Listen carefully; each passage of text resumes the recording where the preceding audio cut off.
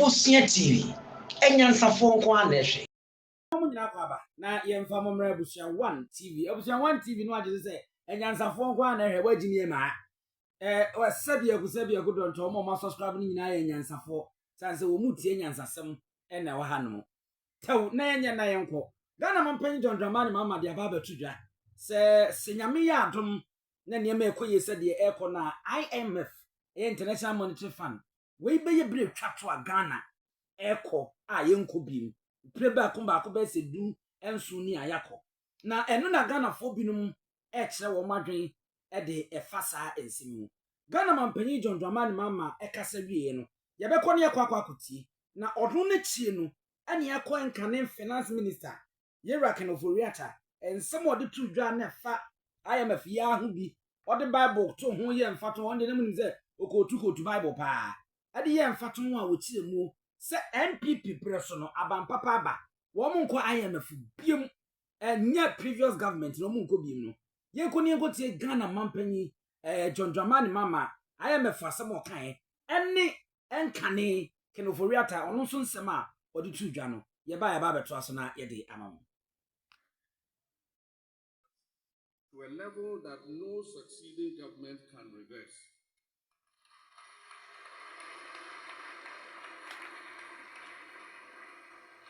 In a region where democracy is backsliding, we must demonstrate that democracy works.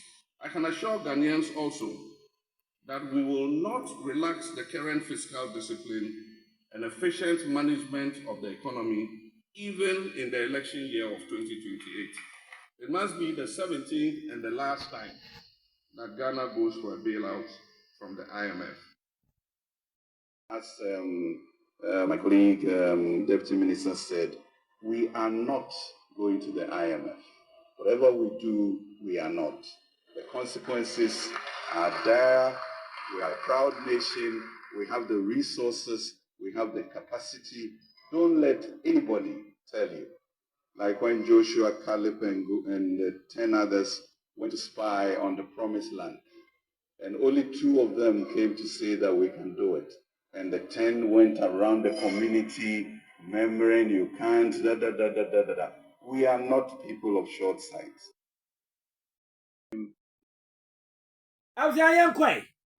Ghana mampanyi John Dramani mama no. Of course, Kenoforiata na mote ne nka no. Na tade fufu ndi obua wonkonya ho. Bible quotation wonkonya ho. No de ato bam. Na ene de akomenti ni waso abade afa Ghana mampanyi John Dramani mama ho. Ne nsem ode abetu dwa fa IMF nyina no. Eye previous nsem a esisisie wa abam mu nanso ko wi achi no. MPP kan ye anche na omu dimirika na omu sa akọ IMF fo. Ti Ghana fo bi kase so. De mampanyi John Dramani mama akan. Ane de Kenoforiata mutie sesi ya Actually, NPP say adwane ekoye no ebeye adwuma anan. Fine. Yate mpanyimfo emienu anu disem. Ghana mampanyi John Dramani mama ebredi kani a wono ade nsem sei e de atodwa. Ba yensan ko yakidiem. Yenkotie John Kuma. The late John Kuma nyamemfa ne kransi. Ono de wogina man Ghana mrahye bedwafie. E ma ne koye sada petwa. E ma wo horo NDC fo e ka ne prinka enye primfa. Se wo mo ma ba ne de e besi kasemu a enya ndisi yonko no womo enti nya de a womo eko back na enu achi no Joe Jackson Dallas Finance ko by a wono aben e osikasemu pa wono so di nsem bi de atodwa na ochire mu a se yebeko IMF se yenko IMF no nyina ekura yensa we mu eni eno aye nensa se ekura ye se yedi hu ni na yebu ye ho na sikasam ye tutu ni yie se de eko ya aben ya sha se ya o se enye ne nwanwa se IMF no yenko biom sanse ye kra ekura yensem nya fe de kodu baabi ye kwa mathematics se de Ghana Blasters akọ eye Africa Cup na se World Cup na opeso qualify de du baabi yi se we koshi we ni we commodores and dabi we de ye kra ekura yensem ye ne ye betumi decide se IMF no ye be ko biom ana se yenko biom yentie John Kuma na yentie eye Dallas Finance wono so na sema wode tu Joe Jackson no ye ba de abeto aso e de amam. Speaker, the yield levy is also going to help with the fiscal consolidation effort and reduce the debt levels of our country. And that also means that we are going to see an improved economic ratings and not returning to the International Monetary Fund, which is the only solution our friends on the other side have always preferred. Why don't you go to the IMF? Go to the IMF. We have shown that we have alternatives to building the economy of this country without resorting to conditionalities that will be imposed on this country. We will not go to the IMF today. We will not go to IMF tomorrow. And we are not going as long as the NPP remains in power. Likely, no. Why do I say it's feasible but not likely? The issue really simply is this. If we don't commit to fundamentally reforming our economy, if we don't commit disciplined behavior, less corruption, then we'll end up with IMF one more time. The issue is not whether whether we can say we won't go or we will go. The issue is simply this. We go to the IMF, they hold a big stick over us, we are disciplined. What do? We get back to correct behavior, life is good. Very rapidly, we forget about the behavior that took us to the IMF. We throw away the discipline. We behave like alcoholics that are addicted to borrowing, addicted to splurging on consumption. What then happens?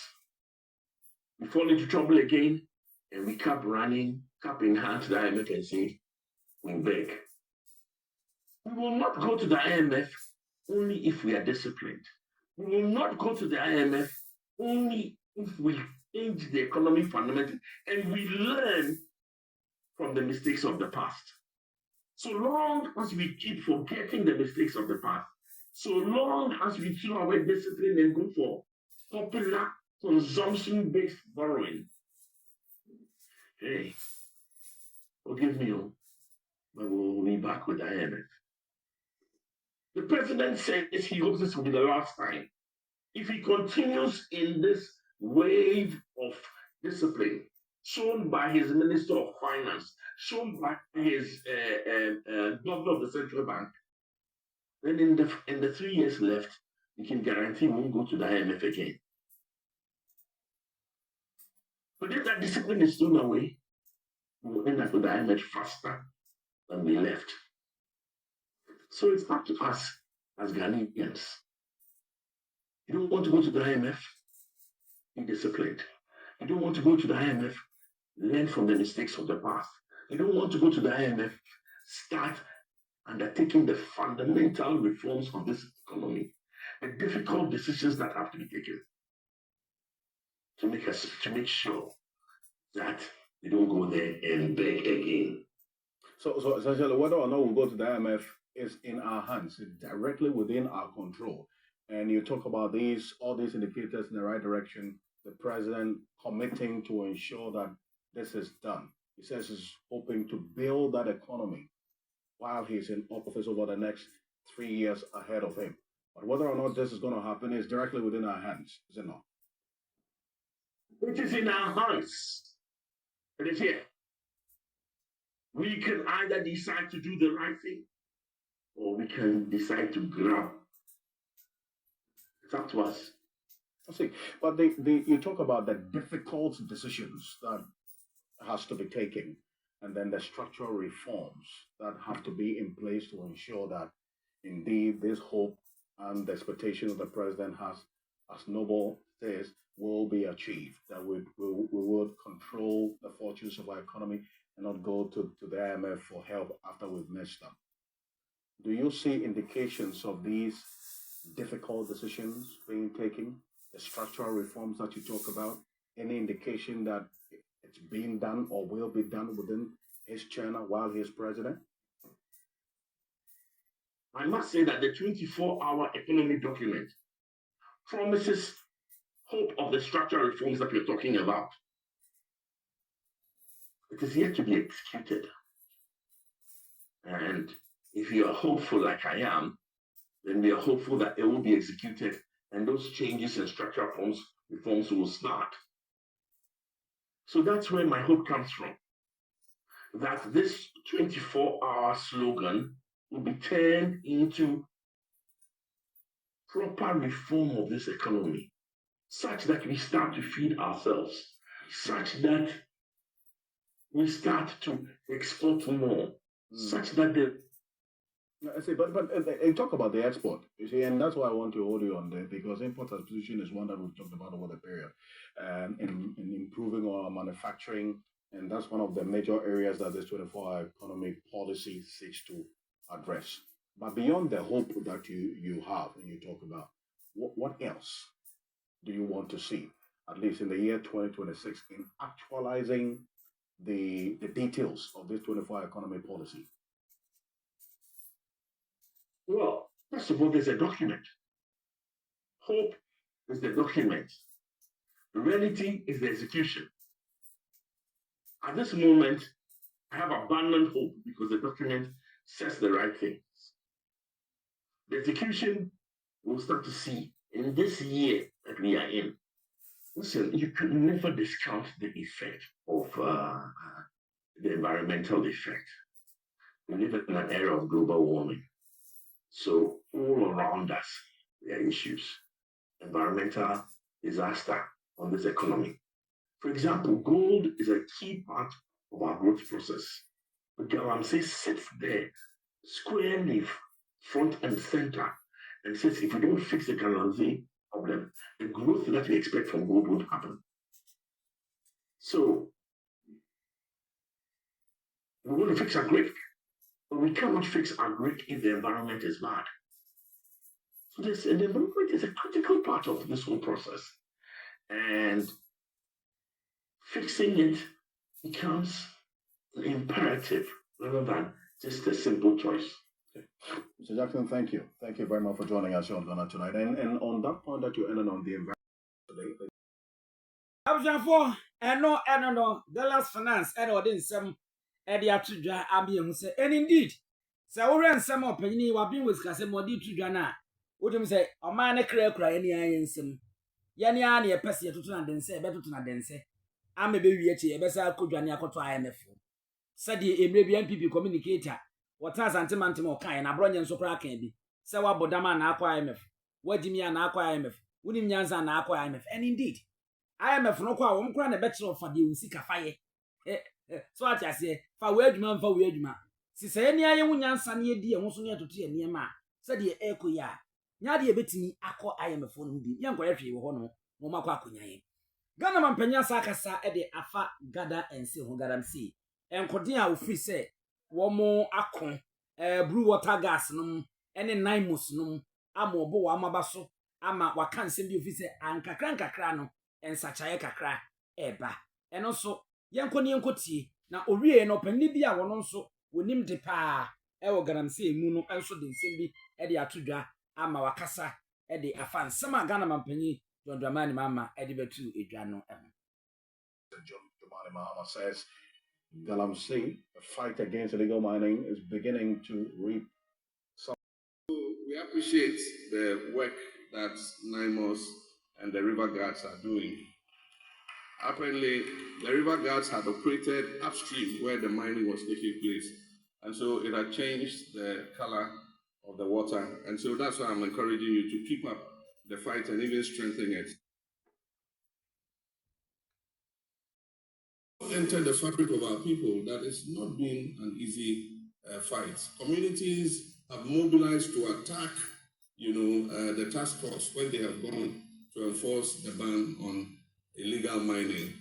And so I'll encourage the task force, the minister, the Environmental Protection Agency, all of those involved in the fight against illegal mining, please don't give up. There are some positive results beginning to show. Recently, during the Christmas, Madam Lodina said, we cannot take this stress. And so pack your bag. I'm taking you out of town. And so we ran away to a place called Crown Forest, where they have some zebras and giraffes. And I was telling Uncle Ishmael Hampton, for the first time in 2 years, I slept at 9 o'clock in the night and woke up at 9 o'clock the next morning. And it was a very peaceful, serene environment. But why I raise it is that when you go to where they have the animals, you cross a stream. And before we crossed the bridge, I asked them, which river is this? They said it was the Aisha River. And they said, if you had come here 6 months ago, this water was the color of coffee. It says now is the color of light Milo. And so it's getting better. And so we appreciate the work that NIMOS and the river guards are doing. Apparently, the river guards had operated upstream where the mining was taking place. And so it had changed the color of the water. It does that an analysis of coffee and light Milo, just to give us a pictorial effect in our minds of the color of the water then and now. But he underscores the fact that a lot more needs to be done. Does it strike a balance of what the reality is and what you, the CSOs, are seeing on the ground and what the president is saying? Well, thank you very much, Alfred. I think we need to state that definitely with the change in government, His Excellency has, demonstrated, the desire to fight this. And his Minister for Lands and Natural Resources is also doing a yeoman's job, in being able to deal with the challenges. I'm sure the president said the issues of the analogies in jest, typically the way he is as a communicator. But you and I know that when it comes to the issues of water quality, the way we measure it is not just, the look of it, but it has to be done. You could look at the turbidity, which we are measured in NTUs. And in our last meeting with His Excellency, one of the things that we asked for was, data, some research to be done, to monitor our water bodies, our forests, to be able to get some data so that we can carry the whole of Ghana along with us. So in as much as I will agree with him that, based on the work done by the Minister for Lands and Natural Resources, NIMOS is doing a great job, in terms of the hits they are doing and all of that. But unfortunately, there's some work that we have done at the Ghana Coalition Against Galamsey with our limited resources. And, so you go to a river like the Brim River at its source at Apampam, you're getting 11 NTUs, which is not too far away from the 5 NTUs that is required. But the same Brim River, when you go to Bonso, we're recording 16,800 NTUs, and that is definitely way above it. You in the same research that was done, Chebi is also recording over 6,000 NTUs, or Sino just around that. Akimoda is somewhere around 2,000, NTUs, and you go into other places as well. And if you also look at the dissolved, oxygen in some of the rivers, you find out that in a lot of the places, it's really, hypoxic, too low for many fish species and stressful and potentially lethal. So the Achima Pampam, for example, is recording 1.9 milligrams per liter. You go to Chebi, 1.65, Osino, 1.89, Bunsu, 1.58, Achimoda, 1.29. So a place, Achima Pampam, tends to be the place which is healthy and good for most aquatic life. It's recording around 6.83. So it is important that we are able to analyze, when we want to look at the impact of Galamsey so far as we are concerned on these things. Well, the president talks about some of the challenges that the fight against Galamsey has faced with communities. Some communities, he says, mobilizing to attack NIMOS members. We've seen that play out in different ways. And then also the issue about some positive results that he says has been recorded right now. But then again, a lot more has to be done. He knows that. What do you expect for this year, 2026, beyond what the president has referenced about some water bodies turning color, as in improving in terms of how they look, not so much about the quality of the water that you talked about? You know, the challenges that are confronting us, because you go into places and you see Galamsey happening in plain sight. And the MCs, DCs in these communities who are close by, who are close with the power that His Excellency the President is giving to them, are waiting for the Minister for Lands and Natural Resources to come from Oda, to come from Accra into some of those places, to be able to come and deal with the challenges around Galamsey, and that definitely is not good enough. So His Excellency had also given, KPIs to these MCs and DCEs. One of the things that we would want to see His Excellency do a lot more of, if we are actually supposed to win this war, is to hold these MCs and DCs also accountable. I talked about NIMOS, the good work that NIMOS is doing. But look at the number of arrests that NIMOS has made, and how much of that have prosecutions have we done, and how much of that are we seeing, that these people have been successfully prosecuted? Very little, the data is very little. So we would need Attorney General working together with the IGP and also the Chief Justice, also collaborating with His Excellency the President to ensure that these issues are dealt with. The issues around kingpins. In October 2024, for example, His Excellency, in a meeting with the media, had talked about the fact that his focus was going to be on the kingpins. Unfortunately, Alfred, tell me if you know of any of the kingpins that have been arrested, and that have been successfully prosecuted. Even Akonta mine, that we have pushed severally. We're not too sure how that prosecution is going. If you take Professor Frimpong Boate's report, it's laden with a lot of politically exposed persons who are being accused. We don't know whether there's even been any investigations that have been done, on these people. His Excellency himself got the Attorney General to cause some investigations to happen. Yoko to got some investigations to happen. We don't know what is happening to that. So the issues around the campaign, the issues around politically exposed persons who are involved in this Galamsey, it's still something that we need to deal with. So in as much as we agree that, you take, for example, the current Minister for Lands and Natural Resources, when he took over as acting Minister for the Environment as well, he's been able to successfully get the LI 2462 repealed.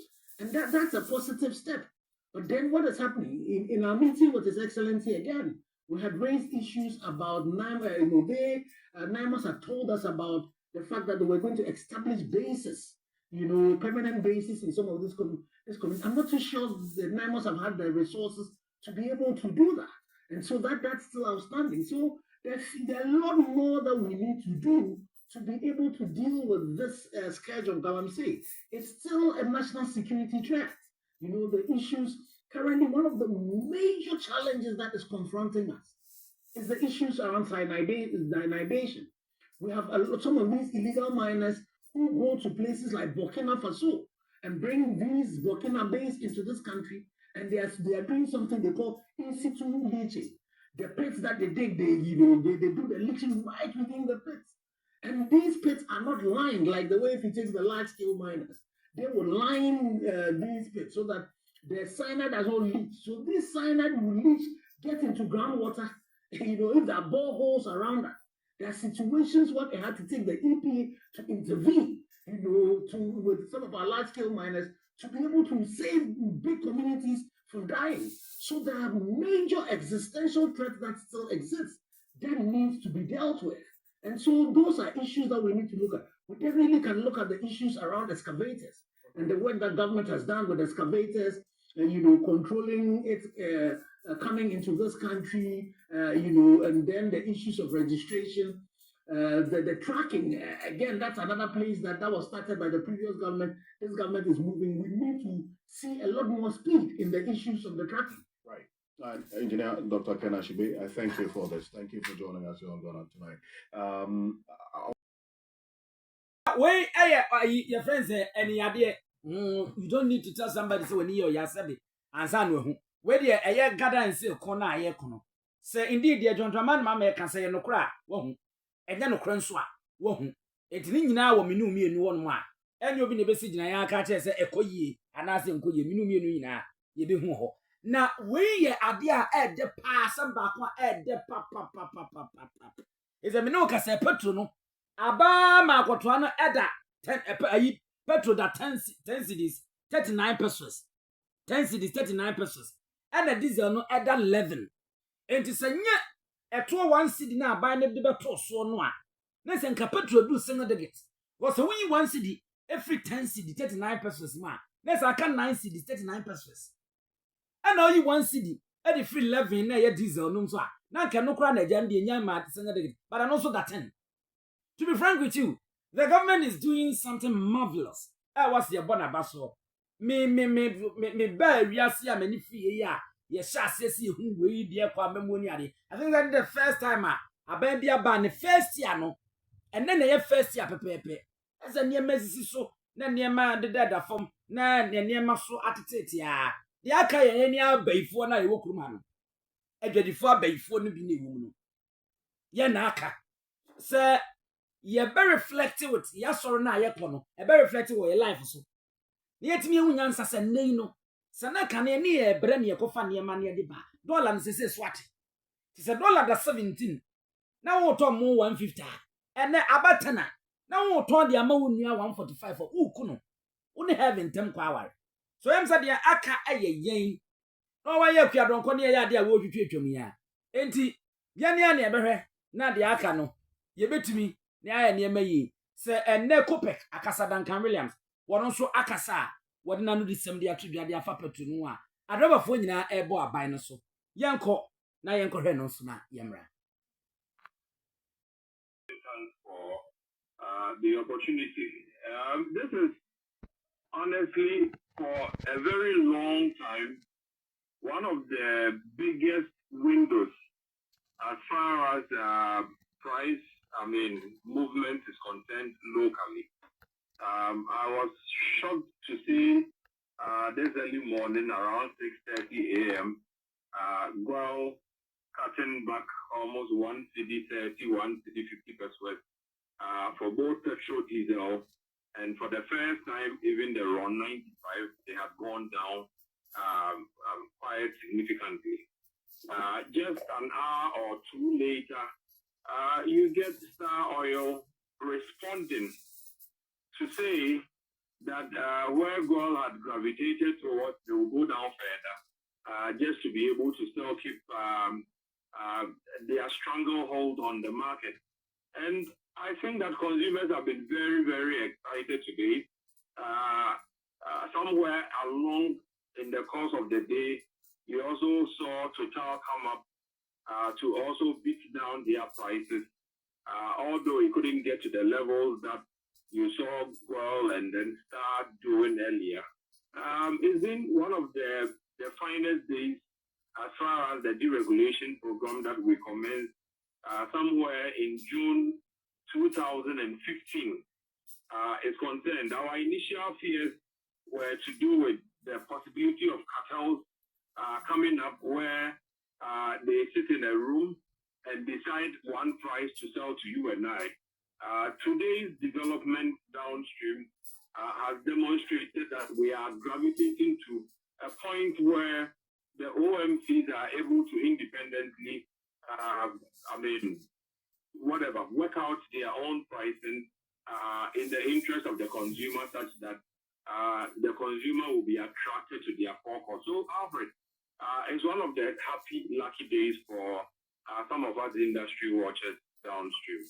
It's the first pricing window of the year, and we're seeing this. The second pricing window will be in the next, 10 days, all things being equal. How do you see this playing out in the second pricing window? That's why I asked a question about sustainability.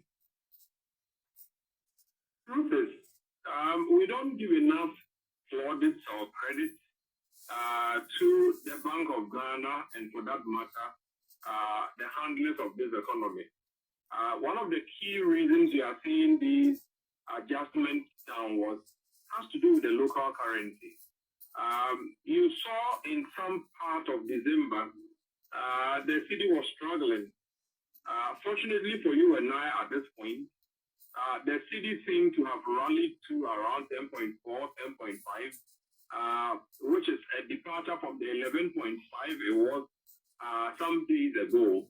Once this happens, you get the indication that the handlers of the economy are back to work.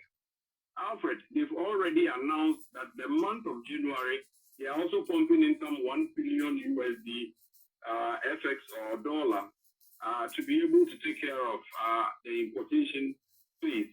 I have every confidence that if the city maintains the ground it has done up to this point, we could be in for even more reduction the second window, January. Mind you, the geopolitical factors have so far also not panned out very negative for you and I. Venezuela, the expectation was that it would rally. Unfortunately, it hasn't gone up. It did go up a bit and then it's dropped again as of today. So if international markets continue to play out the way they are, if the handlers of your economy continue to bolster the city's performance, I have every confidence that we may be in for some good time. Don't also forget that inventories locally are quite high. I have a couple of people come up to say they cannot even get storage space now for products incoming. It means that we have significant volumes of products. You have the oil refinery also coming on stream now, although it is not contributing that much at this point. Right. That news that we are preparing to even refine locally would also send some confidence to the market such that people will be willing to sell their products, and for which you are seeing the kind of reductions here. It looks quite feasible or sustainable in the short to medium term. The long term, you would need a Bank of Ghana to sustain whatever they are doing to keep the city where it is. And I do appreciate your time, Dragon. Thank you very much for joining us. He's the Executive Secretary of the Chamber of Petroleum Consumers, COPEC. They talk 96 pesos per liter. That's the raw 95, 30 cedis, 97 pesos per liter. When you look at Star Oil, which was classified as the biggest OMC not too long ago, also you're seeing this play out. So that price war that we see obviously benefits the consumer. But the sustainability is the question as well that I asked Duncan, and that hinges on these three factors. Currency differentials, how well the city will do in the medium to long term, and then also the crude oil prices on the world market. And this is it.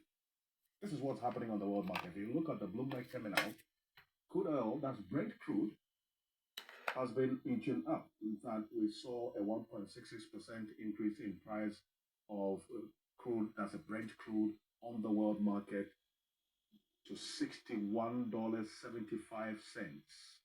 $61.75, hovering around $60, $61 thereabout. So that is what we're seeing on the world market. If the prices of crude oil on the world market goes up, it impacts on the revenue projections in the budget. And I don't know. Na just a medin say me wan menti ase o. Camera no mu na apesa oba na ese. Eti abusia yen fancy na yen sorry so. Aye abusia TV, abusia 1 TV. Me say on subscribe ya subscribe. Esa na wo ya ese sabe wo nkan nyansafo no ha. Na say we na nyansafo nko a e na e subscribe ya ehwe. Nti wo hwa subscribe na share na like na fo adwenche so ti ase ba. Me da ase me di abusia panyi o su eduomi.